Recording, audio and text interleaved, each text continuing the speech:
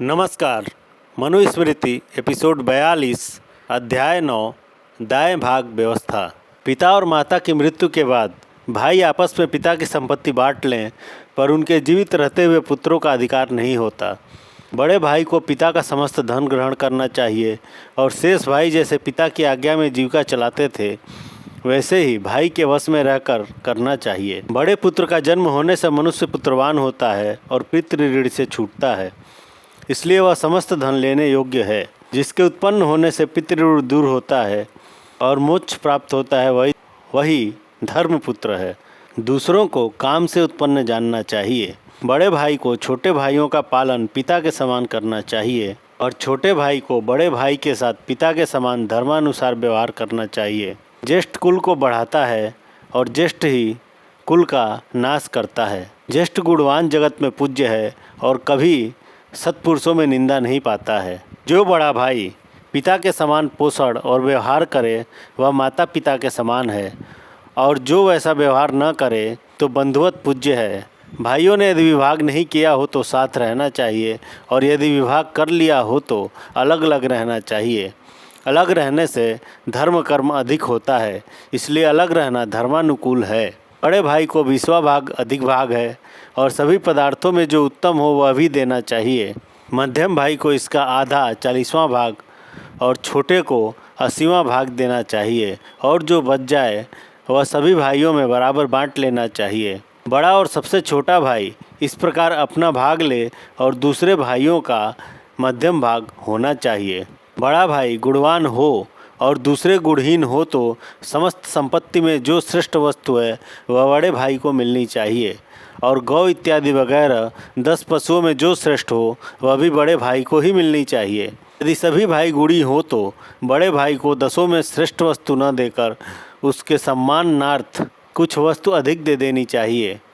इस प्रकार 20वां भाग निकालकर बाकी का बराबर भाग करना चाहिए, और 20वां अलग न किया हो तो इस प्रकार बंटवारा करना चाहिए। बड़े भाई का एक भाग अधिक अर्थात 2 भाग, उससे छोटा 1.5 भाग और उससे छोटे भाई सबको एक एक भाग ग्रहण करना चाहिए।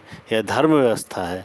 प्रत्येक भाई को अपने भाग में से चौथा भाग अपनी कुमारी बहन को देना चाहिए। जो नहीं देते वह पतित होते हैं। बकरी, भेड़, घोड़ा आदि एक खुर वाले पशुओं का समान भाग करना चाहिए, और कम हो तो नहीं बांटने चाहिए, क्योंकि वह सभी बड़े भाई के ही होते हैं। छोटा भाई बड़े की स्त्री में नियोग विधि से पुत्र पैदा करे तो उस पुत्र और चाचा का समान भाग करे, यह धर्म है। क्षेत्रज पुत्र गौड़ होता है, इसलिए वह पिता का समस्त भाग धर्म अनुसार नहीं ले सकता। पुत्र पैदा करने में पिता मुख्य है, इस कारण क्षेत्रज पुत्र का भाग पूर्व रीति से करना चाहिए। प्रथम स्त्री में पुत्र पीछे और द्वितीय स्त्री में प्रथम हो तो उनका भाग कैसे होना चाहिए। प्रथम स्त्री का पुत्र एक बैल अधिक ले और उसी माता से पैदा हुए छोटे भाइयों को मामूली बैल लेने चाहिए। यदि ज्येष्ठ पुत्र दूसरी स्त्री का हो तो एक बैल और 15 गौ लेनी चाहिए, और दूसरे भाइयों को अपनी माता के अधिकार अनुसार बांट लेना चाहिए। परंतु एक जात की स्त्रियों में पैदा पुत्र हो तो उनको समान मानना चाहिए। माता के बड़ी होने से पुत्र बड़े नहीं होते, किंतु जन्म से बड़ाई होती है। जिनका जन्म पहले हुआ हो उस पुत्र का नाम लेकर अमुक का पिता यजन करता है, ऐसा ज्योतिष टोम में सुब्रह्मण्य मंत्र बोलकर इंद्र का आह्वान होता है। 2 साथी पैदा हुए हो तो भी पहला ज्येष्ठ कहलाता है। इसके पुत्र न हो वह कन्यादान के समय जामाता से नियम करे कि इस कन्या से जो पुत्र होगा वह मेरा श्राद्ध आदि कर्म करेगा। पहले दक्ष प्रजापति ने अपने वंश की वृद्धि के लिए इसी विधि से कन्या को पुत्रिकाएँ दी थीं। दक्ष से प्रसन्न होकर धर्म को 10, कश्यप को 13 और राजा सोम को 27 पुत्री दान में दी थीं।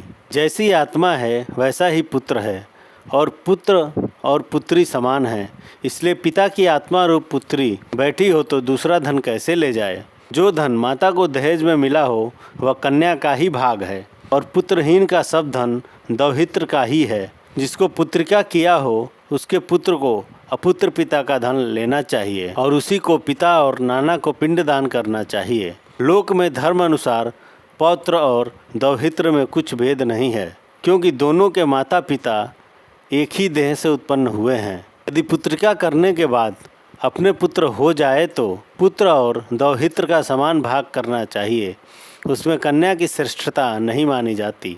पुत्रिका होने वाली कन्या मर जाए तो उसके पति को उसका समस्त धन लेना चाहिए। पुत्रिका विधान किया हो अथवा न किया हो, समान जाति वाले जमाता से जिस पुत्र को प्राप्त करें उसी से नाना पौत्रवान होता है, उसी को पिंडदान करना चाहिए और धन लेना चाहिए। पुरुष पुत्र से स्वर्गलोक को जीतता है और पौत्र से धनंत सुख पाता है, और पुत्र के पौत्र से सूर्यलोक को जाता है।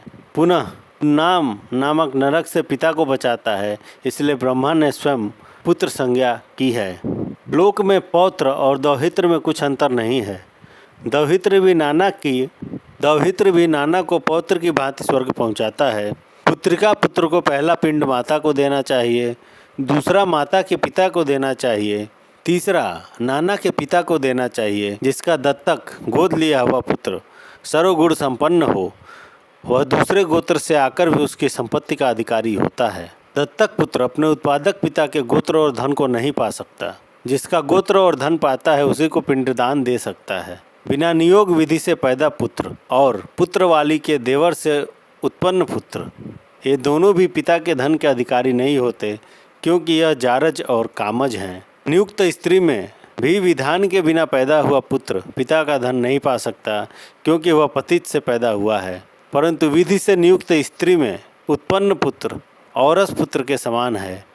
यह क्षेत्र वाले का बीज है, धर्म से उत्पन्न हुआ है। जो पुरुष मृत भाई की स्त्री और उसके धन का ग्रहण करे, उसको नियोग विधि से पुत्र उत्पन्न करके उसको भाई का समस्त धन उस पुत्र को दे देना चाहिए। जो नियुक्त स्त्री दूसरे पुरुष से पुत्र पैदा करे, यह पुत्र कामज कहलाता है। जो नियुक्त स्त्री दूसरे पुरुष से पुत्र पैदा करे, यह पुत्र कामज कहलाता है और पिता की संपत्ति के अयोग्य है। एक जाति की स्त्रियों में पैदा हुए पुत्रों के विवाह की यह रीति है। अब एक पुरुष से अनेक जाति की स्त्रियों में उत्पन्न पुत्रों का विभाग सुनो। ब्राह्मण के यदि क्रम से चारों वर्ण की स्त्रियां हो तो उनमें पुत्र पैदा होने पर इस प्रकार विभाग करें। खेती का बैल, सांड, सवारी का घोड़ा, गहना, रहने का स्थान और जो कीमती चीज़ हो, उनको ब्राह्मणों के पुत्र को देना चाहिए। ब्राह्मणी के पुत्र को धन में 1/3 हिस्सा मिलना चाहिए। स्त्रिया के पुत्र को 2 भाग, वैश्या के पुत्र को 1.5 भाग और शूद्रा के पुत्र को 1 भाग मिलना चाहिए। अर्थात समस्त संपत्ति का 10 भाग करके धर्मज्ञ पुरुष धर्मानुसार इस प्रकार भाग करे। ब्राह्मणी पुत्र को 4 भाग, स्त्रिया पुत्र को 3 भाग, वैश्या पुत्र को 2 भाग और शूद्रा पुत्र को 1 भाग।